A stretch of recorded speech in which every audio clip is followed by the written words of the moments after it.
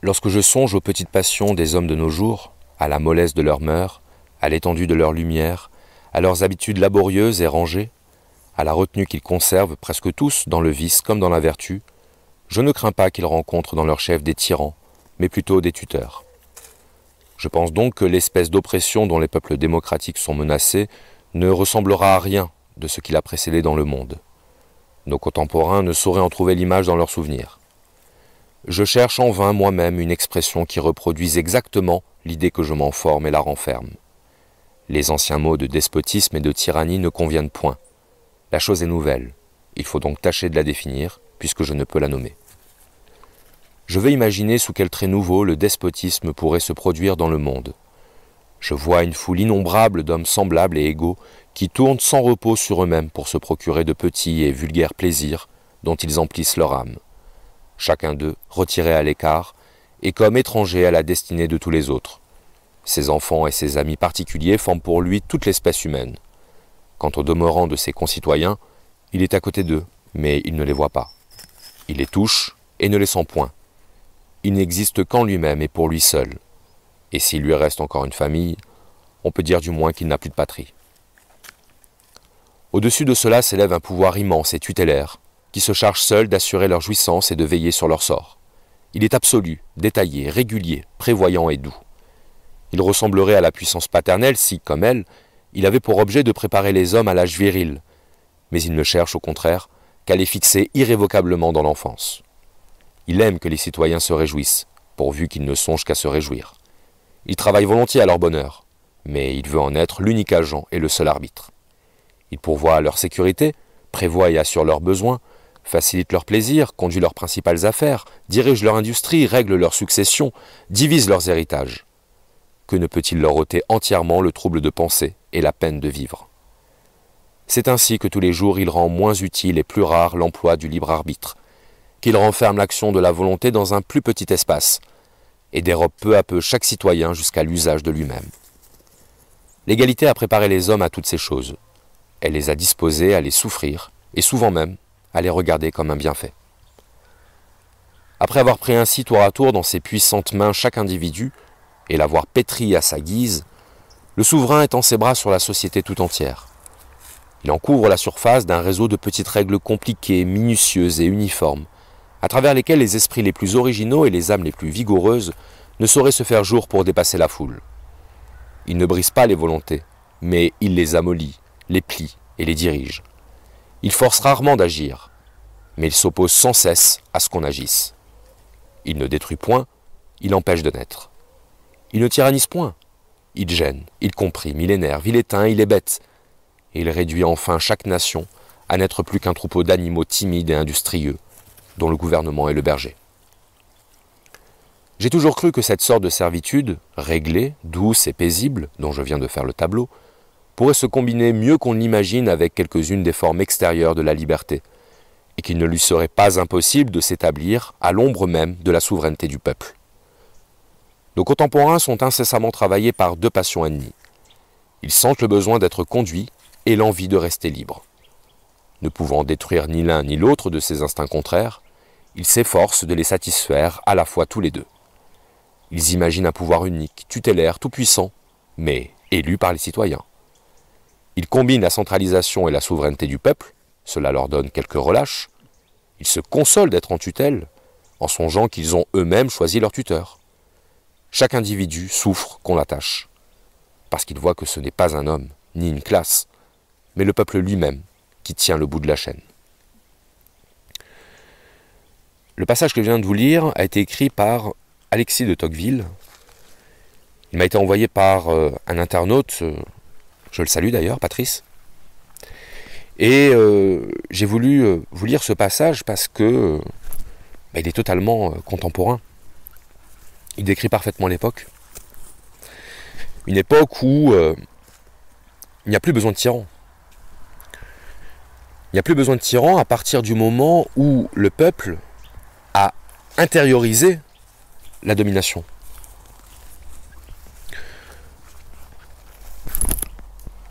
Pourquoi y aurait-il besoin d'un tyran si le peuple consent lui-même à la servitude? C'est inutile. On pourrait faire une distinction entre les tyrannies jeunes et les tyrannies matures. La tyrannie jeune, c'est la tyrannie par la force, par la coercition physique des corps. On empêche de penser, on empêche de s'exprimer, on empêche de dire, on empêche de faire. Et l'un dans l'autre, ça fonctionne. Mais la tyrannie mature, c'est le cap suivant.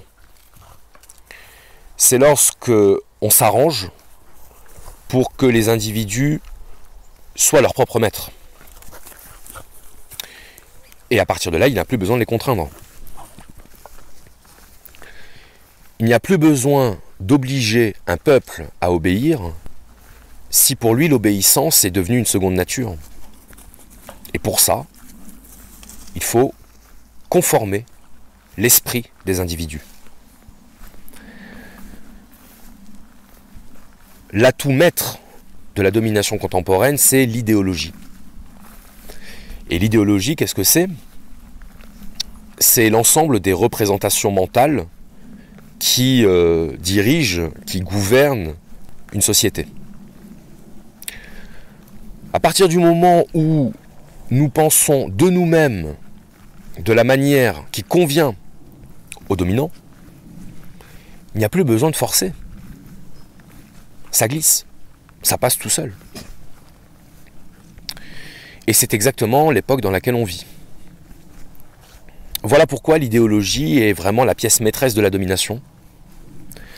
Voilà pourquoi il est inutile aujourd'hui de décrier, de condamner ou de manifester contre l'ensemble des lois répressives, puisqu'en réalité la répression n'est que le dernier recours.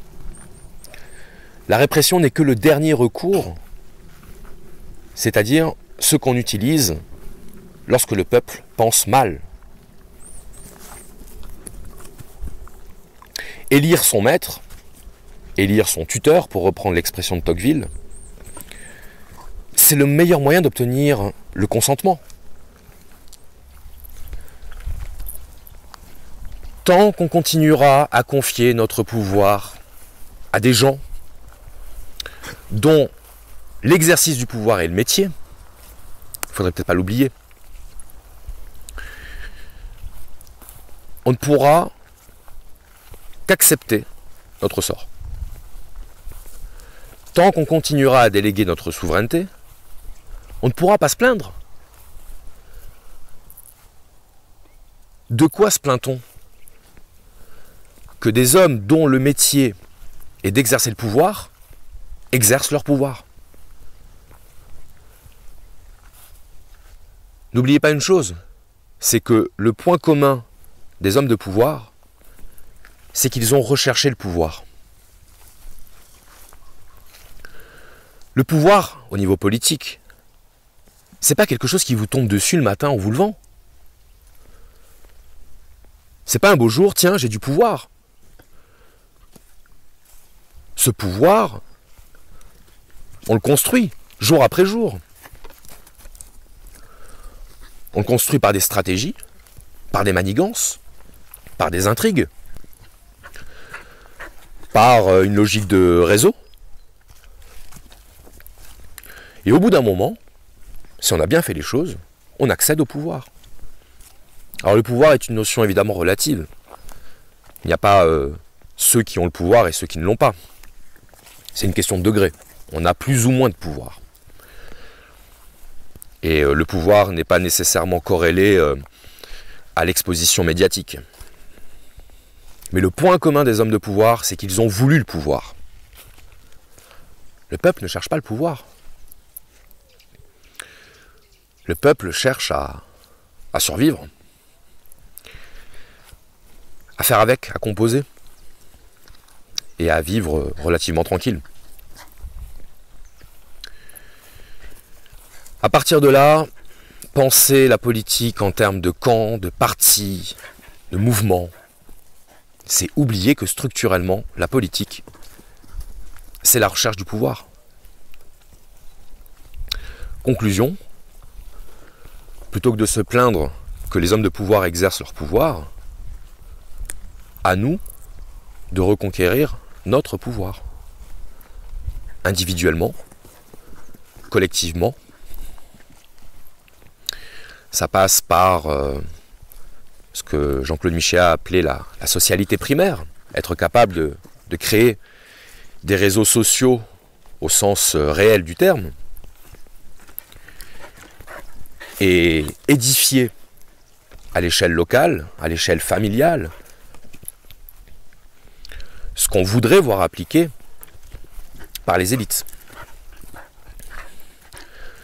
Le but de ce message, c'est de dire, arrêtons de nous plaindre, arrêtons de pleurnicher. Pleurnicher ne mène à rien, à part la satisfaction narcissique de pleurnicher. Et de se dire que on fait quelque chose pour faire évoluer, pour faire progresser notre cause. On ne fait rien progresser. On entretient. Alors au lieu d'entretenir la situation dans laquelle on est pour pouvoir avoir le plaisir de s'en plaindre, relevons nos manches, faisons des choses, chacun à notre échelle. Et ne cherchons pas à trouver la formule magique. Juste agissons. Juste incarnons. Merci.